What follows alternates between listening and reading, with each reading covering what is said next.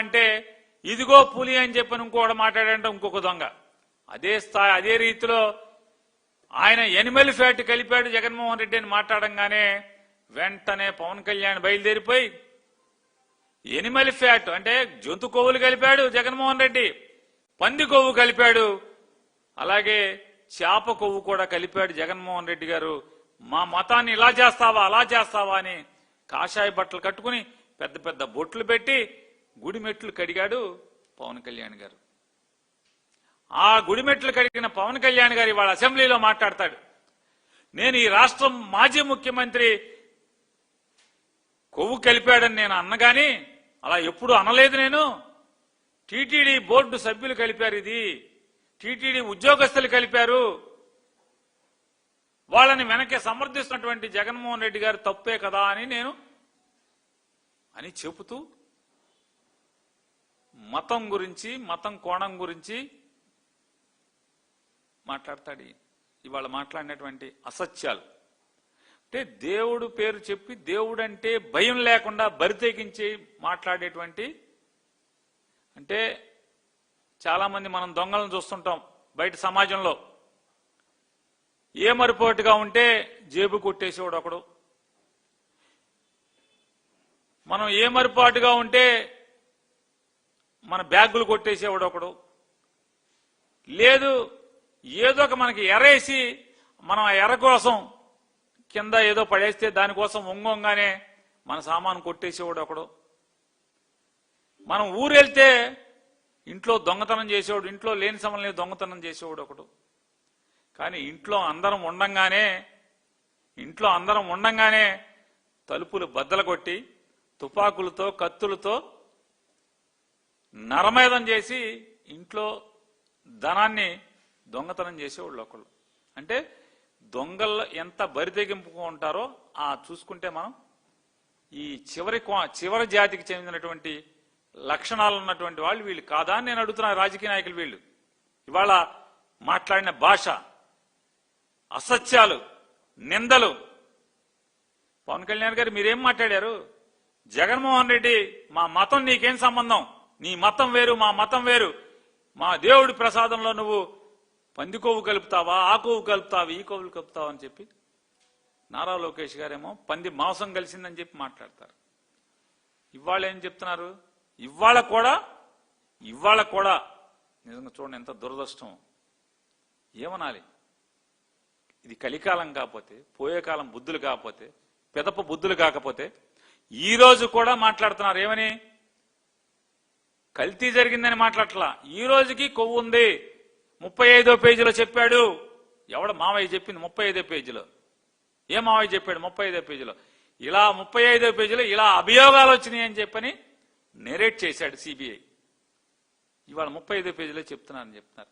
దాని తర్వాత పేజీలో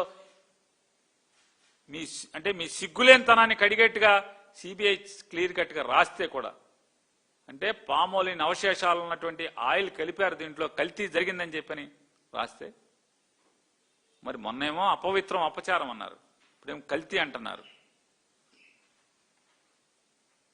ఆయన ఇక పవన్ కళ్యాణ్ గారు తంతు అట్లా ఉంటే ఇక మామూలుగా బరితెగించిన ముత్తైదు నారా చంద్రబాబు నాయుడు గారు మాట్లాడతాడు. 2019 నుంచి 24 దాకా చాలా సార్లు ఆవేదన పడ్డాంట ఆయన. ఎందుకు ఆవేదన పడ్డాడు? అధికారం పోయిందని ఆవేదన పడ్డావా? నీకన్నా చిన్నోడు 4 పదులు కుర్రాడు రాజకీయాల్లో మీకు కుక్క చావు చూపించాడనా? దేనికైనా అడుగుతున్నాను. దేనికి? మీ జీవితంలో ఎంత ఘోర పరాజయాన్ని ఎప్పుడు చూడనటువంటి పరిస్థితులు మీకు కల్పించాడనా? దేనికి ఆవేదన పడ్డారు? రాష్ట్రంలో ఆలయాలపై దాడులు జరుగుతున్నాయని చెప్పని, రామతీర్థంలో స్వామివారి తలను తీశారు అని చెప్పని ఆయన బాధ కలిగిందంట. నేను ఒకటే అడుగుతున్నాను రాష్ట్ర ప్రజలందరినీ కూడా, ఒక్కటి మీరు ఆలోచించండి. ప్రతి క్రిస్మస్కి చర్చికి వెళ్ళి యేసుప్రభుని ఆరాధించేటువంటి జగన్మోహన్ రెడ్డి గారు ఈ రాష్ట్రానికి ముఖ్యమంత్రి, వైఎస్ఆర్ కాంగ్రెస్ పార్టీ అధ్యక్షుడనే కదా వీళ్ళు ఈ బరితెగింపు మాటలు మాట్లాడేది.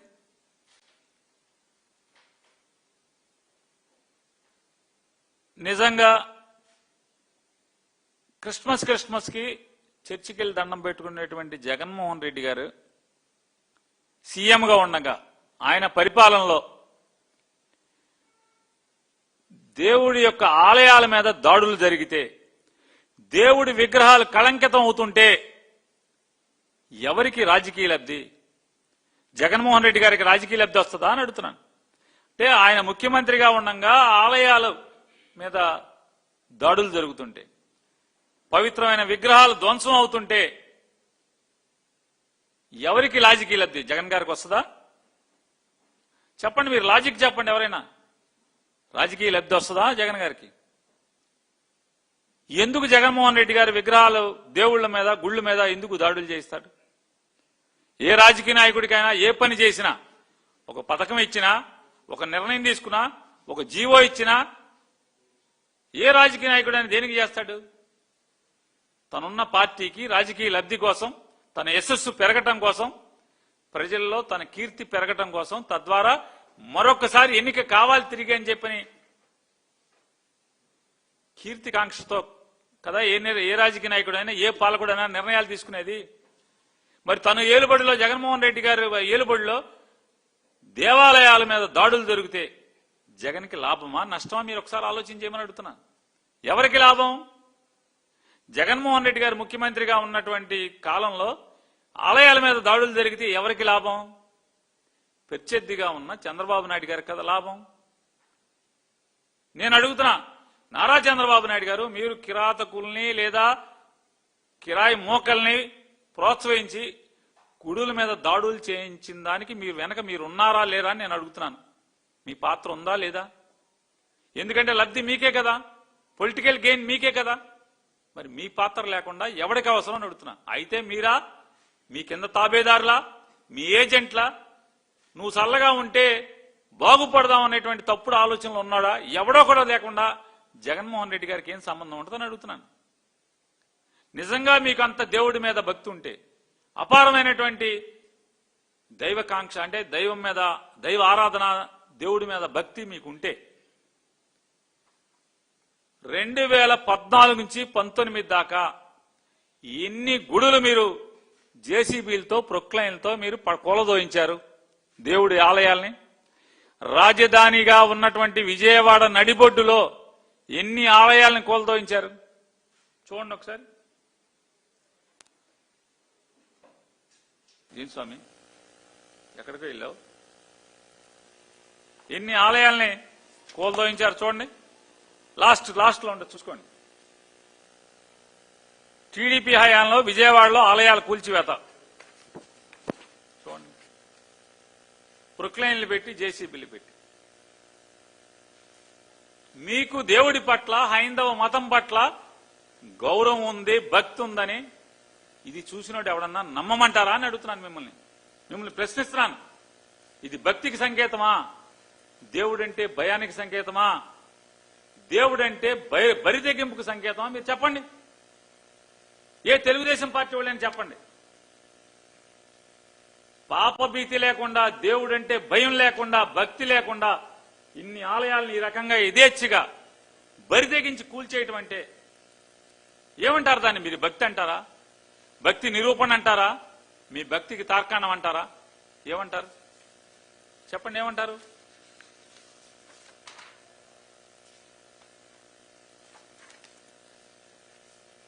కూటమి ప్రభుత్వం వచ్చిన తర్వాత ప్రసిద్ధి కాశీనాయన క్షేత్రాన్ని కూల్చేసింది ఎవడు? పవన్ కళ్యాణ్ గారు. ఎవరైతే అన్అపాలజెటిక్ సనాతని, మళ్ళీ ఇప్పుడు కాషాయం ఇట్లా ఆ రోజు చేశాడు.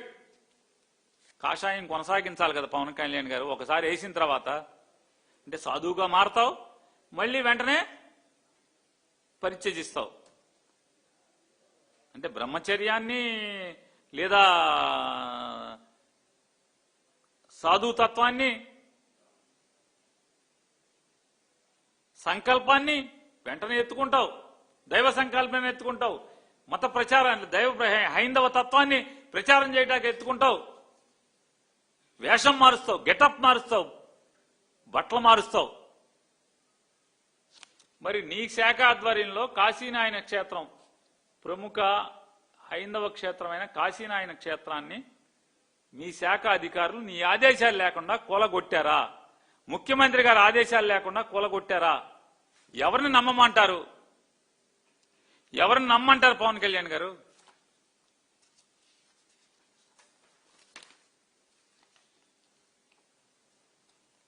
శ్రీకాకుళం ఆధ్యాత్మిక కూర్మ గ్రామంలో మందిరానికి నిప్పంటించింది ఏంటి పరిస్థితి? పోనీ దానికి ఏమైనా సాయం చేశారా? పోనీ పునర్నిర్మాణం ఏమన్నా చేశారా? ఆదుకున్నారా?